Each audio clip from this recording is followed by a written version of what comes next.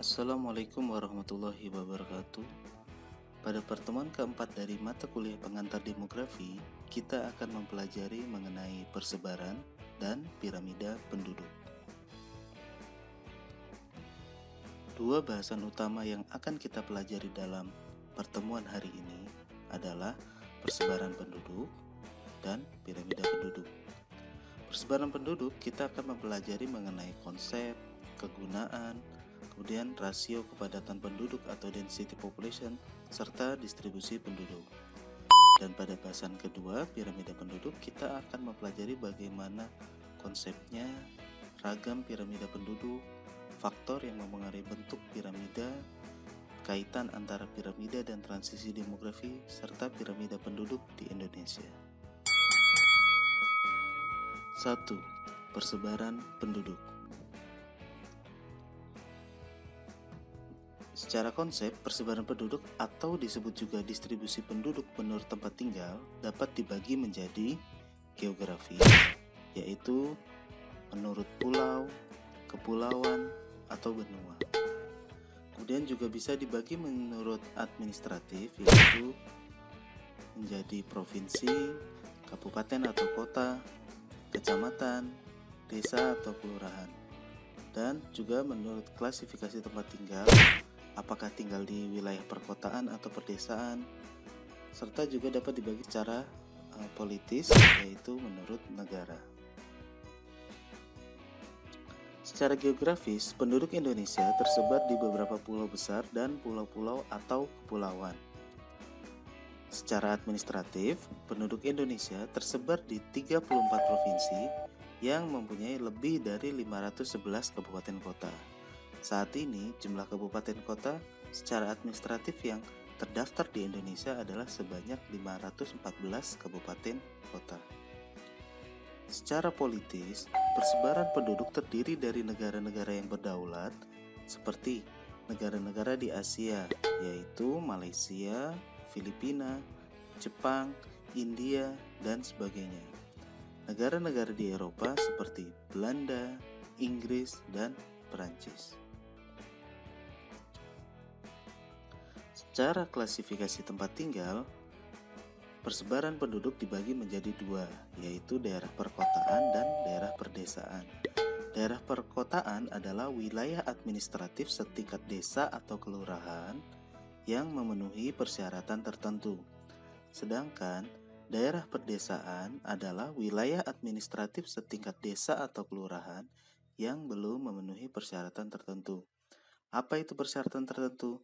Persyaratan tertentu pada tahun 2000 adalah pertama, kepadatan penduduk, yang kedua, persentase rumah tangga pertanian, yang ketiga, indikator keberadaan jumlah fasilitas umum atau JFU seperti jalan raya, bioskop, sarana pendidikan formal, SD, SMP, SMA, sarana kesehatan umum, rumah sakit ibu anak, puskesmas, telepon, bank, lahan industri, pasar permanen, pertokoan, rumah makan, listrik, persewaan alat pesta, jarak ke ibu kota kabupaten, dan angkutan umum yang dimodifikasi antara keberasaan dan akses mencapai fasilitas perkotaan tersebut.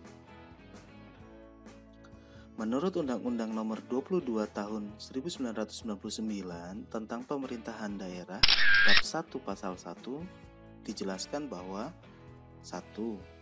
Perdesaan, yaitu kawasan yang mempunyai kegiatan utama pertanian, termasuk pengelolaan sumber daya alam, dengan susunan fungsi kawasan sebagai tempat permukiman pedesaan, pelayanan jasa pemerintahan, pelayanan sosial, dan kegiatan ekonomi.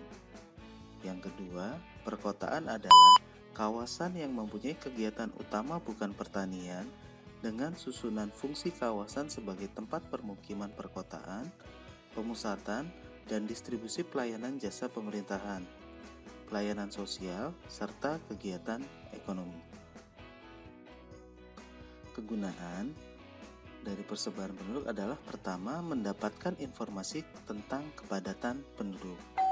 Yang kedua, untuk mengetahui permasalahan Permasalahan yang dihadapi berkaitan dengan persebaran penduduk secara geografis sejak dahulu hingga sekarang adalah persebaran atau distribusi penduduk yang tidak merata antara Pulau Jawa dan pulau-pulau di luar Jawa. Penyebab utamanya adalah kondisi tanah atau keadaan tanah dan lingkungan yang kurang mendukung bagi kehidupan penduduk secara layak. Ditambah lagi dengan kebijakan pembangunan di era Orde Baru yang terkonsentrasi di Pulau Jawa, yang menyebabkan banyak penduduk yang tinggal di luar Pulau Jawa bermigrasi dan menetap di Pulau Jawa. Ini menyebabkan kepadatan Pulau Jawa jauh lebih tinggi dibandingkan dengan kepadatan penduduk di pulau-pulau lain. Informasi tentang distribusi penduduk secara geografis dan terkonsentrasinya penduduk di suatu tempat memungkinkan pemerintah mengatasi kepadatan penduduk, diantaranya melalui 1. Melakukan realokasi penduduk untuk bermukim di luar Jawa, misalnya dengan program transmigrasi bersamaan dengan melakukan realokasi pembangunan di luar Jawa. Yang kedua, melakukan program penanggulangan kemiskinan dan program-program untuk mengurangi beban kepadatan penduduk.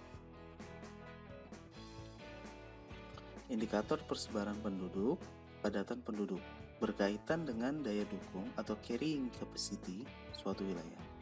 Indikator yang umum dipakai adalah rasio kepadatan penduduk atau density ratio, yaitu rasio yang menyatakan perbandingan antara banyaknya penduduk terhadap luas wilayah atau berapa banyaknya penduduk per kilometer persegi pada tahun tertentu. Rasio kepadatan penduduk.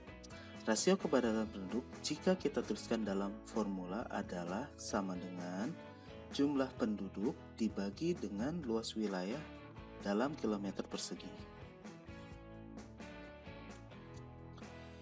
Indonesia dengan luas wilayah 1.937.179 km persegi, jumlah penduduknya berdasarkan sensus penduduk pada tahun 2000 sebanyak 206,3 juta orang, meningkat menjadi 237,6 juta orang pada tahun 2010. Dengan menggunakan rumus rasio kepadatan penduduk atau density ratio, diperoleh angka pada tahun 2000 sebesar 106 dan pada tahun 2010 sebesar 123.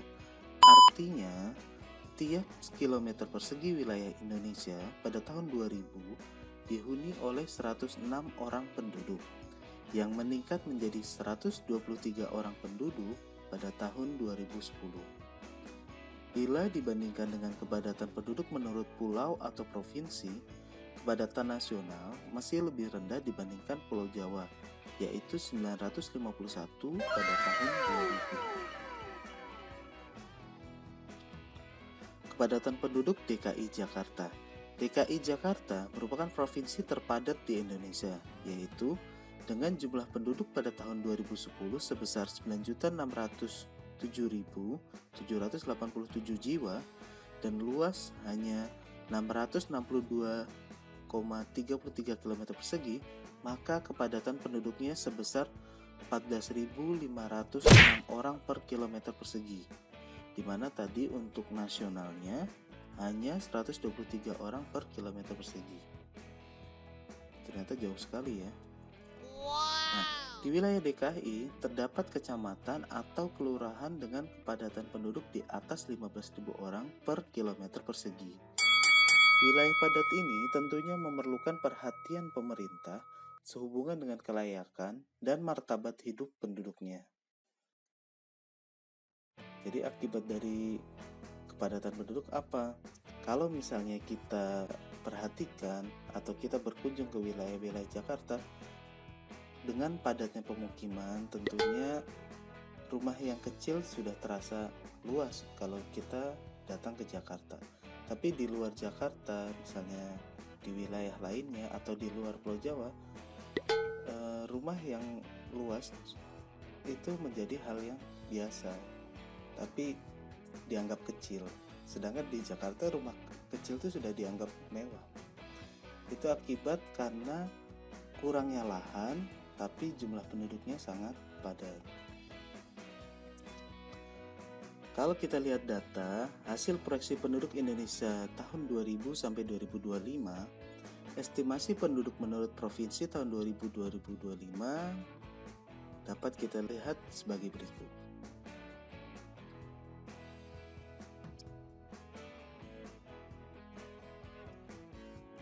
Nah, kemudian jika kita lihat berdasarkan persebaran penduduk menurut provinsinya, masih menggunakan sumber yang sama dari proyeksi penduduk Indonesia tahun 2000-2025, dapat kita lihat bahwa persebaran penduduk dalam persen adalah sebagai berikut.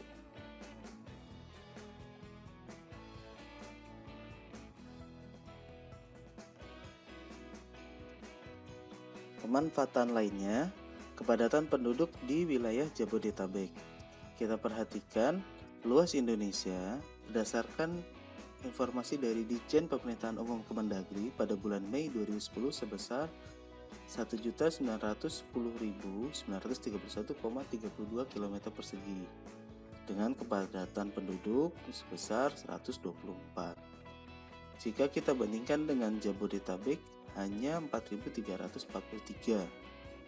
Tetapi DKI Jakarta mempunyai kepadatan penduduk 14.469, di mana kota Jakarta Barat menjadi kota terpadat dengan kepadatan penduduk 18.338. Distribusi penduduk menurut wilayah pada tahun 2010 hasil sensus penduduk 2010.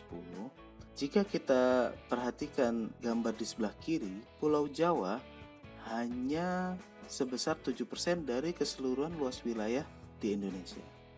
Akan tetapi, Jawa memiliki distribusi sebesar 57%. Jadi, 57% penduduk Indonesia ada di Pulau Jawa yang luas wilayahnya hanya 7%, dengan kepadatan 1055.